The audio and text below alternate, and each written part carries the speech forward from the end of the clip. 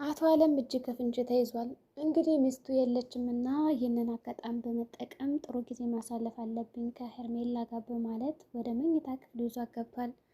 አረ አቶ አለም ግን ምን እየሰሩ ነው? የቤቱን ማወራ በሌሉበት። ነገር ግን አትሂጂ እያለ እየለመናትም ነበረ። በእርግጥ ሚስቱ አሁን የምትሄደው አንዲት እህት አለችኝ፣ ከሷማ ልታቆራርጠኝ አይገባም፣ ሂጃ አይቼ ደረስ ብዬ መመለስ አለብኝ እንጂ ይህን ያክል ታማ ሳልጠይቃት ብቀርማ ጥሩ አይደለም እያለች ነው። ስለዚህ የበአምላክ እናት ልትሆን ትችላለች የምታያት፣ ግን ደግሞ እንዴት በጣም ለዛችኛይቱ አዘነች። ለወንድሟ ደግሞ ይሄን ያክል ዳንታ የላት ብቻ ግን ብዙ ነገሮችን እያቀደች ነው ያለና አቶ አለምም በቃ ችግር የለውም ሂጅ እያለ እየገፋፋት ነበረ። ምክንያቱም እሷ ከሄደች በኋላ ነገሮቹ ይቀሉልኛል ብሎ ስለሚያስብ ገፋፍቷታል። እናም ሄዳለች ማለት ይቻላል ሻንጣዋን ይዛ። ግን ቆይ ለአንድ ቀን ለሁለት ቀን ብለሽ ይሄ ሁሉ ሻንጣ እንዴት ነው የምትወስጂው ምናምን እያለ ሲነግራትም ነበረ። እሱ ችግር የለውም እንደው የባልና የሚስት ጭቅጭቅ ሆኖብን ነው እንጂ እኮ ይሄ በጣም ትንሽዬ ሻንጣ ነው ያዝኩት፣ ያን ያክል የሚከበር ነገር አይደለም፣ ስለዚህ ቀላል ነው አታስብ እያለች ስትነግረውም ነበረ። ከዛ እሱ በቃ እንደፈለገሽ ይልና ወዲያውኑ ከቤት ውጥት ስትልለት እኔ አለም ጀግና ነኝ፣ ማንም ሰው ሊቀድመኝ አይገባም እያለ ደስ ብሎት ወደ ኮምፒውተሩ ይሄዳል። የሚገርማችሁ ነገር በእርግጠኝነት ሚስቱንም ለመክዳት ነው ያሰበው።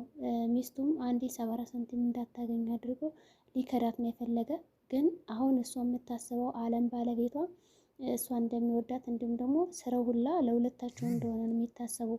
ነገር ግን እዚህ ጋር እሷ ለራሷ ነው የምታቅድ፣ አጅሪት አቶ አለም ማለት ነው። እቅዶቿ የምታራምደው ለራሷ እንጂ ለጋራ ጥቅም አይደለም። ሰው ይህንን ነገር ሚስቱ አታውቅም።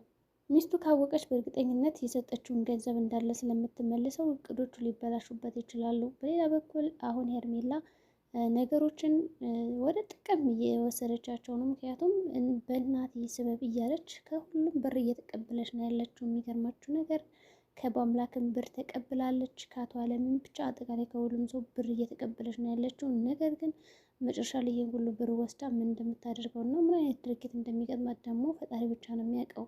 ስለዚህ የእነሱ ሀሳብ ምንድን ነው? አሁን ነገሮችን አጠር አድርገው ማሳወቅ፣ ከዛ በተጨማሪ ደግሞ ቀለል አድርገው እያዩት አይደለም።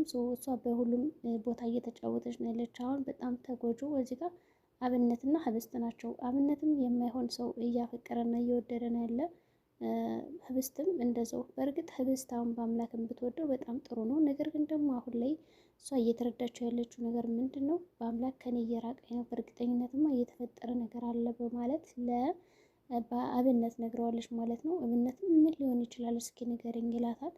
ብቻ አላቅም ይቅርታ ጠየቀኝ እና ሰላምታው ራሱ በቃ የስንበት ነበር የሚመስለው። ስለዚህ የገጠመው ነገር አለው እባክህ ንገረኝ፣ ምንድን ነው የምታውቀው እያለች በአምላክ ትጠይቀዋለች። በአምላክ ደግሞ ምንም የሚመልስ ነው ነገር ስለሌለ ያው አፍሮ በድርጊቱ ገንዘቡን ብቻ ካስገባላት በኋላ ለሄርሜላ ይቅርታ ነበር የጠየቃት።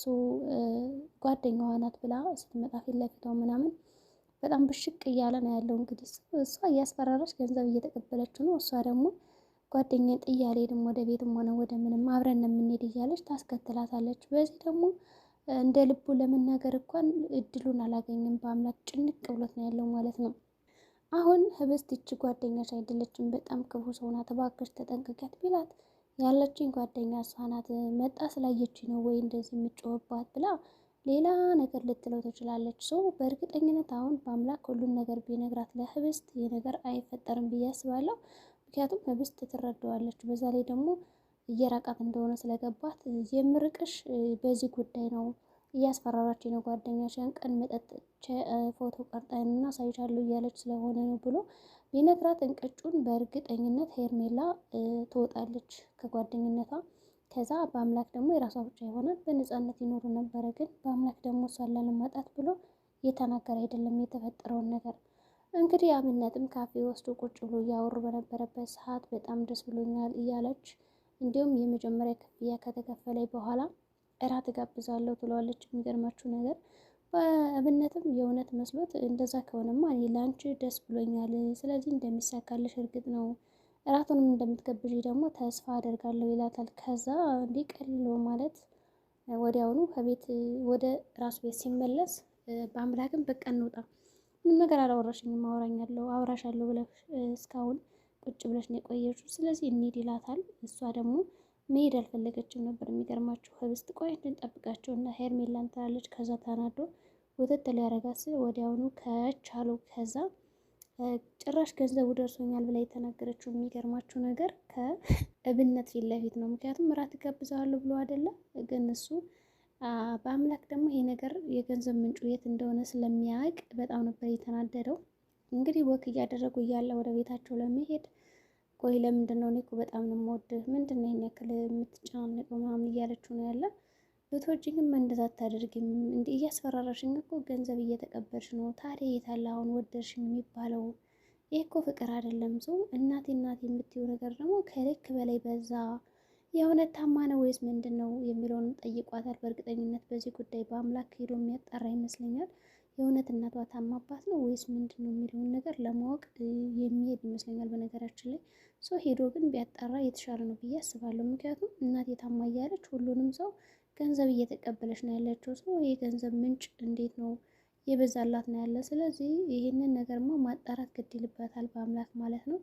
አብነትም ቢያግዘው በጣም አሪፍ ነበር። በዛ ላይ አይጎዳም። ሰው እብነት ደግሞ አንቺ ብቻ ከኔ ጋር አውሪኝ እንጂ እኔ አንቺን ለማስደሰት ዝግጁ ነኝ፣ በምችለው አቅም ሁሉ አስደስትሻለሁ፣ ብቻ ስልክሽንም ምንም በቃ ደውዪልኝ የሚል አቋም ነው ያለው። የሚገርማችሁ ነገር እሷ ደግሞ ይህንን የዋህነቱን እየተጠቀመች ችግር የለውም እደውልልሃለሁ፣ እንደውም በጣም ጥሩ አጋጣሚ ነው ስፈልግ ነው የመጣው ምናምን እያለች በቀይ መላሷ እያታለለችው የምትፈልገውን ነገር እያገኘች ነው ያለችው። በተለይ ደግሞ በአምላክ ዙሪያ በቀላሉ እብነት እንዲነግራት ያደርጋል ማለት ነው። ምክንያቱም ጓደኛሞች ስለሆኑ ይነጋገራሉ። ከዛ የት እንዳለ ለእሷ ደግሞ ወዷት ስለሆነ ያለው አብነት የሚደብቃት ነገር የለም እና በግልጽ ይናገራል። ስለዚህ ይሄ ነገር እያቀራረባቸው ነው ያለና እቅዶቿን እያራመደላት እንዲሁም እያሳካላት ነው። ሰው አሁን እብነት እዚህ ጋር የተሳሳተው ነገር ምንድን ነው?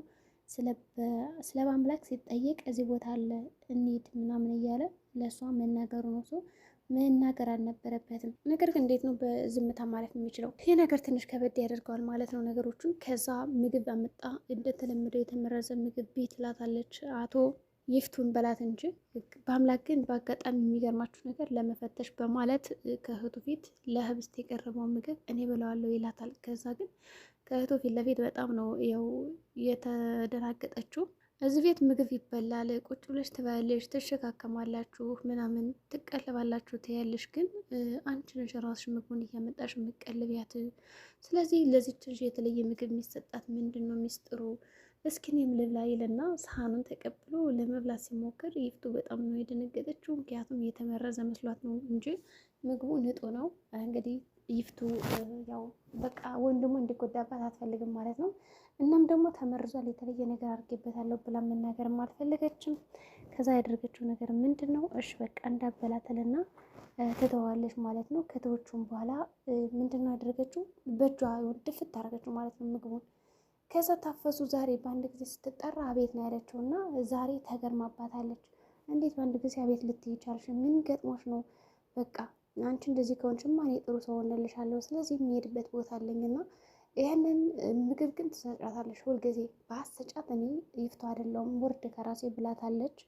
በዛ በኩል ደግሞ አቶ አለም ይህንን አጋጣሚ በመጠቀም ሚስቱንም እዛ ቤት ስላስወጣት ነገሮችን ለማሳካት እየሞከረ ነው። በተለይ ደግሞ ከሄርሜላ ጋር ማደር ፈልጓል እና ሄርሜላ ደግሞ በጧቱ እንዲሁ በሌሊቱ በደረቅ ሌሊቱ የመጣችው ምን አስባ ነው? በነገራችን ላይ በእርግጠኝነት ሚስቱ እንደሌለች አውቃና አጣርታ ነው የመጣችው። እንዲሁም ደግሞ ከመጣው በዚህ ድቅድቅ ጨለማ በአምላክን አገኘዋለሁ ብላ ነበር የመጣችው እና በአምላክን አገኘዋለሁ ብላ ስትመጣ እንደ አጋጣሚ ከእሱ ጋር ትገጣጠማለች። እሱ ደግሞ በጣም ደስ ይሏል። ምክንያቱም የሚፈልገው አጋጣሚ ነበር ይህ አጋጣሚ። ስለዚህ ነይ ግቢ ይልና በር ከፍቶ ያስገባታል። በዚህ መካከል ታፍሱ ታያለች እና በጣም አበደች። በእርግጥም በአምላክን ተከታታዩ ተብላ ስለነበረ በአጋጣሚ ተነስታ ያው በእንቅልፍ ልቧም ሆነ በምንም ቤቱን እየፈተሸች ነበር ያለችው እና በዛ አጋጣሚ ነው ልታያቸው የቻለችው።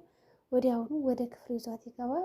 አቶ አለም በጣም ነው ደስ ያለው። የሚገርማቸው ነገር ይችን የመሰለች ቆንጆዬ ልጅማ ምናምን እያለ እና ደግሞ ሚስቱ በጣም ስልችት ታርገዋለች። አሁን ላይ የሚገርማችሁ ነገር ትዳር እያለች እንግዲህ ባሏን እያጣች ነው ያለችው። በነገራችን ላይ ይፍቱ ከዚህ ጋር ሁሌ ጭቅጭቅ ነው እንግዲህ የሚያሳዩት በገንዘብ በልጅቷ ጉዳይ በምን ጉዳይ ብቻ። እሱ ገንዘብ ትርዶ ሚስቱ ሀብት ስላላት ትርዶ እንጂ ሌላው ነገር አይመለከተውም። የጀመረው ስራ ይሳካለት እንጂ ሌላ ነገር ምንም ድንቁ አይደለም። ይህን አጋጣሚ በመጠቀም ወደ ሄርሜላ ስትመጣ በጣም ነው። ሄርሜላን ግን ያው ጠልታታለች ማለት ይቻላል። ባለቤቲቱ ጠልታታለች፣ አልወደደቻትም። እንደገና ደግሞ ሕፃን ልጅ ምን ይሉታል ማዕቀፍ ሰላም ማለት ምናምን ስትለውም ነበረ። ከዛ በተጨማሪ ደግሞ ያው ራስህን ጠብቅ፣ እኔ አንተ ሚስት እኮ በጣም ጥንቁቅ ነኝ፣ ያው አንድ ቀን ብዬ ሻንጣዬን ስብስብ አድርጌ የሚሄድ ነኝ እያለች ሻንጣዋን ከመሰብሰቧ በፊት እያወራች ነበረ። እሱም ተገላገልኩሽ እያለ በልቡ ደስ የሚል ነገር እያሰበና እቅዶቹን እያራመደ ነበረ እና አሁን ክፍል ውስጥ ናቸው። በዚህ ጉዳይ አብዳለች ማለት ነው። ይህንን ነገር ትናገራለች ለእመቤቲቱ ታፈሱ ወይስ ደግሞ አትናገርም? መጨረሻቸው ምን ሊሆን ይችላል? እንግዲህ አቶ አለም ይህንን ነገር ካደረገ ሄርሜላ በእርግጠኝነት ትቀርጽና እንዳሁኑ ገንዘብ ትቀበለዋለች። ለሚስት እልክላታለሁ ይህን ነገር በማለት በእርግጠኝነት ልክ እንደ አብነት ነው የምታደርገው ብዬ አስባለሁ። ከዛ እንደፈልጋት መጫወቻ ታደርገዋለች። ያው እሱ አላማዋ ገንዘብ ስለሆነ። ዛሬ ቪዲዮአችን ይህን ይመስላል። ቀጣይ ቪዲዮ እስከምንገናኝ መልካም ጊዜ ይሆንላችሁ።